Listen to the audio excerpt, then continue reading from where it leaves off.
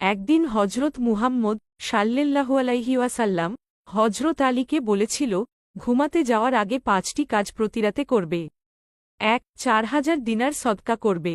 2. একটি কুরআন খতম করবে। 3. জান্নাতের মূল্য পরিশোধ করবে। 4. দুজন ব্যক্তি যদি দুজনের উপর রাগ করে থাকে তাইলে সেই রাগ ভাঙ্গিয়ে তাদেরকে খুশি করে তুলবে। 5. একবার হজ্জ করবে, তারপর ঘুমাতে যাবে। হজরত আলী তখন বললেন, হে রাসূলুল্লাহ, এটা তো মনে হচ্ছে অসম্ভব, আমি এই 5টি কাজ কিভাবে করতে পারব? তখন হজরত মুহাম্মদ সাল্লাল্লাহু আলাইহি ওয়াসাল্লাম বললেন, 1. সূরা ফাতিহা 4 বার পড়লেই 4000 দিনার সদকা করার সমপরিমাণ সওয়াব পাবে।